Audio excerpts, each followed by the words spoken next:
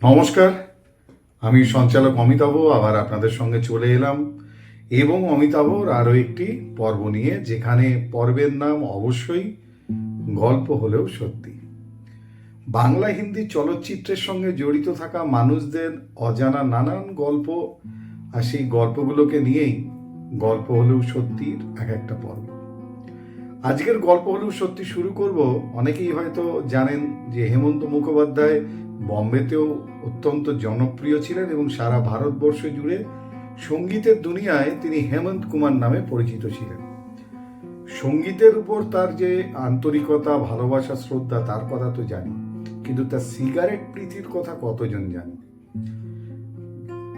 সিগারেটকে ভালোবাসতেন এবং সিগারেট ঠোঁটে নিয়ে তিনি অসাধ্য সাধন করতেন, সুরের মায়াজাল তৈরি করতেন, বিস্তার করতেন, বিন্যাস করতেন। আসুন, হেমন্ত মুখোপাধ্যায় বম্বের রাস্তাঘাটে ঘুরে বেড়াতেন, মার্সিডিজ নিজে ড্রাইভ করতেন, আর ঠোঁটে জ্বলতে থাকতো সিগারেট।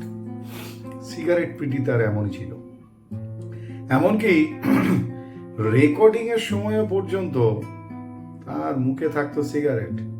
এবং এই প্রসঙ্গে তাকে জিজ্ঞেস করলে তিনি উত্তর দিতেন যে সিগারেটটা না খেলে নাকি ঠিকমতো গেইন আসে না, সিগারেটটা না খেলে হবে না।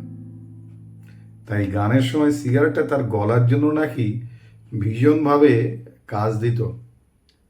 আজকের দিনে যারা সঙ্গীত শিল্পী, কণ্ঠশিল্পী, তারা তো শুনলে চমকে যাবেন, কি বলে কি মানুষটা, সিগারেট না খেলে গ্রেন আসবে না। হ্যাঁ, এটা হেমন্ত বাবু বলতেন বলেই শোনা যায়। এবার আরতি মুখোপাধ্যায়ের একটি জায়গায় বলেছিলেন এই সিগারেট প্রীতি নিয়ে হেমন্ত বাবুর কি বলেছিলেন। আরতি দেবী এবং আরতি মুখোপাধ্যায় এবং হেমন্ত বাবু ডুয়েট একটি গান রেকর্ডিং হবে, আর রেকর্ডিং স্টুডিওতে ঢুকে গেছেন, দুজনেই দাঁড়িয়েছেন রেকর্ডিংয়ের জন্য প্রস্তুত। কিন্তু স্টুডিওর ভেতরে, রেকর্ডিংয়ের ভেতরেও অ্যালাউ একমাত্র একজনের জন্য সিগারেট, তিনি হচ্ছেন হেমন্ত মুখোপাধ্যায়। আরতি দেখছেন যে হেমন্ত বাবু তিনি সিগারেটে টান দিচ্ছেন আর ধোঁয়া ছাড়ছেন, আর হেমন্ত বাবুর জন্য স্টুডিওতে অ্যাস্ট্রে একটা রাখা থাকতো। আরতি ভাবছেন কি সাংঘাতিক, গান করবেন কি করে সিগারেট খেতে খেতে। মজার ব্যাপার হলো, গান যেই মুহূর্তে রেকর্ডিং শুরু হলো, আরতি গাইছেন, দেখছেন তখনও সুকটান দিয়ে চলেছেন সিগারেটে হেমন্তবাবু, অর্থাৎ সিগারেটটা হাতে ধরা, মাঝে মধ্যে টান দিচ্ছেন। এবং যখন হেমন্তবাবুর পালা আসছে গানের রেকর্ডিংয়ের, তখন তিনি সিগারেটটা অ্যাস্ট্রেতে রেখে তিনি গানটা করছেন। আবার যে মুহূর্তে তার কণ্ঠ দেওয়া হয়ে গেল, আবার সিগারেটটা ধরে একেবারে মনের মতো সুকটান। আরতি দেবী বা আরতি মুখোপাধ্যায় তিনি গানের পরে অবাক হয়ে গেলেন, তিনি অনেকটাই ঘাবড়ে গিয়েছিলেন, কিন্তু গানটা ঠিকঠাক করেছিলেন। এবং গানটা শেষ হওয়ার পর হেমন্তবাবুর দিকে তাকিয়ে বললেন, কি আশ্চর্য, সিগারেট খেতে খেতে গান, এও সম্ভব। হেমন্তবাবু নাকি মজা করে একটা মুচকি হেসে বলেছিলেন, কি করব, ওটা যে আমায় ছেড়ে কিছুতেই যেতে চায় না। সিগারেট তাকে ছেড়ে যায়নি, তিনিও সিগারেটকে ছেড়ে যাননি, কিন্তু দুজনেই ছেড়ে গিয়েছিলেন 1989 সালে 26শে সেপ্টেম্বর। প্রথম হার্ট অ্যাটাকটা হয় 1980 সাল নাগাদ, তারপর অসুস্থতা ছিল, কিন্তু দ্বিতীয় ধাক্কাটা আর সামলাতে পারলেন না। সিগারেটের প্রীতি আর অসম্ভব সঙ্গীতকে ভালোবাসাই মানুষটি, তিনি হেমন্ত মুখোপাধ্যায়। সিগারেট অন্ত প্রাণ ছিলেন বললেও বোধহয় ভুল হবে না। এই ঘটনাটা আমার মনে হলো যে এটা গল্প হতেও পারে, কিন্তু গল্প হলেও সত্যি। ঠিক যেমন ভাবে দেখুন, সঙ্গীতের প্রীতি তো বহু মানুষকেই বারবার আকর্ষণ করেছে এবং অসাধ্য সাধন করেছে। যেমন ধরুন, উস্তাদ আমির খানের একটি সাক্ষাৎকার, সেখানে আমির খান সাহেব বলছিলেন যে তাকে যখন জিজ্ঞেস করা হচ্ছে, যিনি প্রশ্ন করছেন যে আপনি এত রাগ তাকে নিয়ে গান করেন, এত রাগের উপরে আপনার সাধনা, আচ্ছা আপনি বলুন যে আপনার কোন রাগে গাইতে সব থেকে বেশি ভালো লাগে। স্মিত হেসে উস্তাদ আমির খাঁ সাহেব উত্তর দিয়েছিলেন যে সা থেকে, ক্ষমা করবেন, যতবার সা এই সাটাকে সায়ে ঠিকঠাক লাগাতে পারি ততবার আমি এটাকে গাইতে ভালোবাসি। সাটাকে সায়ে ঠিকঠাক যতবার লাগাতে পারি ততবার আমি এটা গাইতে ভালোবাসি। বুঝতে পারছেন তার সঙ্গীতের প্রতি পারফেকশন। খুঁতখুঁতে মানুষ কতটা হলে এরকম কথা বলতে পারেন, যতবার আমি সাটাকে সায়ে লাগাতে পারবো ততবারই আমি গাইব। অদ্ভুত পারফেকশন। অবশ্যই এরা তো অদ্ভুতই হন, এরা অদ্ভুত হন বলেই তো এনারা লিজেন্ড, কিংবদন্তি। আর একজন কিংবদন্তির কথা বলি, তিনি হচ্ছেন উস্তাদ আব্দুল করিম খাঁ। হলের মধ্যে দর্শকরা তার অনুষ্ঠান দেখতে ঢুকছেন, তার আগেও বেশ কিছু সামনের সারিতে দর্শক বসে আছেন। পরে যারা ঢুকছেন তারা ঢুকেই অবাক হয়ে গেলেন। দেখছেন যে উস্তাদ আব্দুল করিম খাঁ হাঁ করে বসে আছেন, হাঁ করে, কিন্তু মুখ থেকে কোনো আওয়াজ বেরোচ্ছে না। এবং সামনে বসে থাকা সেই সমস্ত সঙ্গীতের যারা মানে কদর করেন সেই দর্শকরা বাহ ক্যা বাত হ্যায় বলতে বলতে অঝরে কাঁদছেন। যারা পরে দর্শক ঢুকেছেন তারা অবাক হয়ে বললেন হাঁ করে আছেন, কোনো শব্দ বেরোচ্ছে না তার মুখ থেকে, কিন্তু এদিকে এরা তারিফ করে যাচ্ছে, ক্যা বাত বলে যাচ্ছে আর অঝরে কাঁদছেন। এরপর তারা খেয়াল করলেন যে 5টা সেতার নিয়ে, এই 5টা তানপুরা নিয়ে তার পেছনে বসে রয়েছেন বাদ্যযন্ত্র শিল্পীরা, এবং তাদের যেটা স্কেল, সেই স্কেলের সঙ্গে তিনি তার গলাটাকে মিলিয়ে দিয়েছেন, যে ধরা যাচ্ছে না আলাদা করে তিনি গাইছেন। আব্দুল করিম খাঁ মনে হচ্ছে তিনি শুধু হাঁ করেই আছেন। পেছনে যে 5জন তানপুরা বাজাচ্ছেন তাদের সেই তানপুরার আওয়াজের সঙ্গে তার গলা স্কেল এমন অদ্ভুতভাবে তা মিলে গেছে যে একটি আওয়াজ বলে মনে হচ্ছে এবং তিনি গাইছেন বলে মনে হচ্ছে না। বলুন কি অদ্ভুত! এই মাপের সাধনা ছিল এনাদের।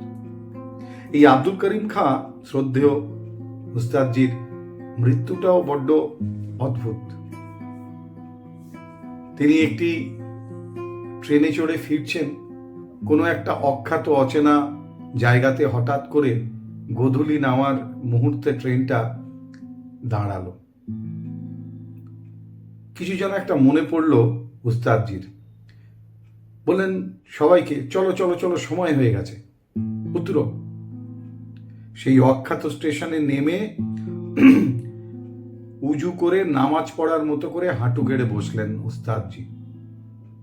হ্যাঁ, এবং সেইভাবে বসে তিনি শিষ্যদেরকে সঙ্গে করে, যারা ছিলেন তার বাদ্যযন্ত্র শিল্পীরা, তাদেরকে সঙ্গে নিয়ে সেই গোধূলির অস্তগামী সূর্য তাকে সঙ্গী করে উদ্দাত্ত কণ্ঠে ধরলেন পুরিয়া ধানেশ্রী।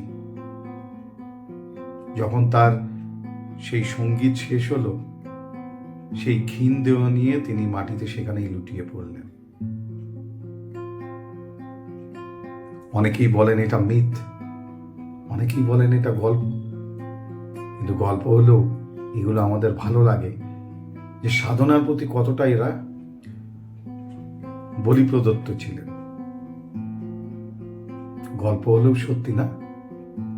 এই ঘটনা, এরকম অদ্ভুত ঘটনার তো শেষ নেই।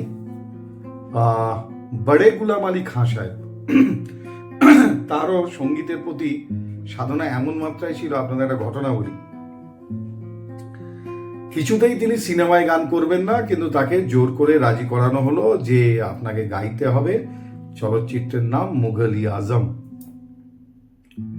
তিনি অবশেষে রাজি হলেন, বললেন ঠিক আছে, আমি স্টুডিওতে গান করতে আমার ঠিক ভালো লাগে না, কিরকম বদ্ধ ওরকম জায়গায় গান করে আমি ঠিক নিজেকে খুশি করতে পারি না। ঠিক আছে চলুন। সবাই তো খুব টেনশনে আছে যে বড়ে গুলাম আলী খাঁ ওস্তাদজি গাইবেন, স্টুডিওর ভেতরে গাওয়া তার একেবারেই পছন্দ নয়। তো যাই হোক, স্টুডিওর ভেতরে তো তিনি এলেন এবং গান করতে রাজি হয়েছেন, কিন্তু অনেকক্ষণ ধরে চেষ্টা করলেন ওস্তাদজি। শেষে রেকর্ডিস্টকে বললেন যে ওহে শোনো, এ স্টুডিওর ভেতরে আমার এই গান হবে না, তুমি এক কাজ করো, তুমি গানটা রেকর্ড করো, ওই বাইরে যে গাছের তলা আছে না, ওই গাছ তলায় আমি বসে গাইবো, তুমি গানটা রেকর্ড করো। রেকর্ডিস্টের তো মাথায় হাত, সর্বনাশ হয়ে গেল, কিন্তু কিছু করার নেই। গাছের তলায় বসেই তিনি গানটি রেকর্ড করেছিলেন, উস্তাদ বড়ে গুলাম আলী খানজি। সেই গানটাও তো ইতিহাস তৈরি করেছিল। হ্যাঁ, মুঘল-ই আজমের সেই গানটা ছিল শুভ দিন আয়ো। গাছতলায় বসে গাইলেন, ইতিহাস তৈরি হলো। আর একটা কথা, তিনি এই গানটার জন্য পারিশ্রমিক নিয়েছিলেন মুঘল-ই আজম কোন সালের, 50-এর দশকে, সম্ভবত 25,000 টাকা। তৎকালীন সিনেমার অনেক নায়ক নায়িকারা এই পেমেন্ট পেতেন না। উনি একটা গানের জন্য যা পারিশ্রমিক নিয়েছিলেন, বড়ে গুলাম আলী খান সাহেবজি। এটাও তো অদ্ভুত। কত অদ্ভুত ঘটনা ঘটেছে আমাদের অচিরে অজানাভাবে, আমরা জানতেও পারিনি। কতভাবে কত ইতিহাস তৈরি হয়েছে সঙ্গীত এবং চলচ্চিত্র জগতে। যেমন ধরুন, সলিল চৌধুরীর সুরে একজন তরুণ সঙ্গীত শিল্পী গাইছেন একটি গান, রেকর্ডিংস হচ্ছে। সলিল চৌধুরী দীর্ঘক্ষণ ধরে বলে যাচ্ছেন, না ঠিক হচ্ছে না, এইভাবে ঠিক হচ্ছে না। তরুণ শিল্পী বারবার তাকে শুধু একটা কথা বলছেন, আমি একটু কোমল স্বরে গাই, তাহলে বোধহয় ঠিকঠাক হবে। সুরকার সলিল চৌধুরী, তিনি তো রেগে যাচ্ছেন, না, যেভাবে বলেছি ওইভাবেই গাইতে হবে। তিনি বারবার বলছেন যে আমি খুব গলাটাকে কোমলে নিয়ে গিয়ে গাইলে আপনি যেটা চাইছেন হয়তো সেটা আমি করতে পারবো। কিছুতেই রাজি নন সলিল চৌধুরী, এবং শেষে যখন হচ্ছে না দেখেছেন, তখন বিরক্ত হয়ে তিনি স্টুডিও থেকে বেরিয়ে গেলেন। সেই তরুণ সঙ্গীত শিল্পী এবার রেকর্ডিস্টকে বললেন, আরেকবার একটুখানি নিন, এবং তিনি গলাকে ওই কোমলে নিয়ে গিয়ে গানটা করলেন। গানটা করছেন বিভোরভাবে।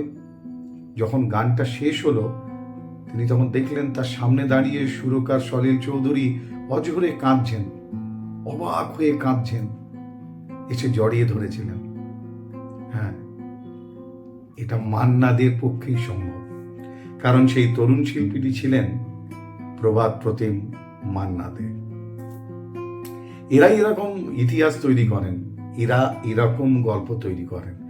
তাই তো এগুলো গল্প হলেও সত্যি। লতাজিও পারতেন মান্নাদের মতো, লতা মঙ্গেশকর। ঘটনাটা বলছি, তখনও লতা মঙ্গেশকর হয়ে ওঠেননি। তিনি তখন 22-23 বছরের ছিপছিপে একজন মেয়ে, এবং তিনি স্টুডিওতে এসছেন। সেখানে লাইভ অর্কেস্ট্রা, 25 জন মিউজিশিয়ান বাজাচ্ছেন, তিনি সেখানে গাইছেন গান। তিনি গানটা গাইতে গাইতে হঠাৎ করে থেমে গেলেন। সুরকার কে ছিলেন আমার ঠিক মনে নেই। যাই হোক, সুরকারের দিকে তাকিয়ে বললেন যে यहाँ पर कोई বেসুরা বাজা রহি है, কেউ বেসুরো বাজাচ্ছে। অবাক হলেন সুরকার, কি বলছো তুমি? এখানে 25 জন মিউজিশিয়ান আছে, আর তাদের মধ্যে তুমি বুঝতে পারলে যে কেউ একজন বেসুরো বাজাচ্ছে? ছাড়ো তো, তুমি গাও। আমি এখানে দাঁড়িয়ে রয়েছি, আমি বুঝতে পারলাম না, তুমি বুঝতে পারলে? লতাজি চুপচাপ আবার শুরু করলেন গান করা। আবার গানটা শুরু করার পরে বললেন, না না স্যার, আপনি দেখুন এখানে কেউ বেসুরো বাজাচ্ছে। তখন রেগে গেছেন আর কি, মানে সুরকার যত সব, তুমি এতজন মিউজিশিয়ান একসঙ্গে বাজাচ্ছেন, এরা সব প্রফেশনাল এবং দীর্ঘদিনের সিনিয়র মিউজিশিয়ান, তাদের মধ্যে তুমি বলছো যে বেসুরো বাজাচ্ছেন, তাও 25 জনের মধ্যে একজন বেসুরো বাজাচ্ছেন। আচ্ছা তুমিই বলো কে বেসুরো বাজাচ্ছেন? এরপর লতাজি আবার গানটি শুরু করলেন। গানটি শুরু করার পর তিনি নিজেই থামিয়ে দিলেন, দিয়ে সুরকারকে একজনের দিকে আঙুল তুলে দেখালেন যে ওই ভায়োলিন যিনি বাজাচ্ছেন উনি বেসুরো বাজাচ্ছেন, বাকি ভায়োলিনদের থেকে আলাদা। সুরকার অবাক হয়ে গেলেন। যে ভায়োলিন বাজাচ্ছিলেন বেসুরো বলে লতাজি বলছেন, সেই ভায়োলিন যিনি বাজাচ্ছিলেন বাকিদেরকে বন্ধ করে দিয়ে সুরকার বললেন, আপনি শুধু একা বাজান। আশ্চর্য ব্যাপার, দেখা গেল সাটা ঠিক সাথে লাগছে না, অর্থাৎ তিনি বেসুরো বাজাচ্ছেন। 25 জন মিউজিশিয়ানের মধ্যে সেই একমাত্র ব্যক্তির আওয়াজটা বেসুরো হচ্ছিল, এবং তিনি সেই ভায়োলিন আর্টিস্ট যাকে উল্লেখ করে দেখিয়ে দিয়েছিলেন লতা মঙ্গেশকর। অদ্ভুত না? সুরকার এটা দেখার পর চমৎকৃত হয়েছিলেন, শুধু না, দুহাত ভরে লতাজিকে আশীর্বাদ করে বলেছিলেন যে তোমার এত অসীম ক্ষমতা, তোমার এমন প্রতিভা, একদিন জগৎ জোড়া তোমার নাম হবে।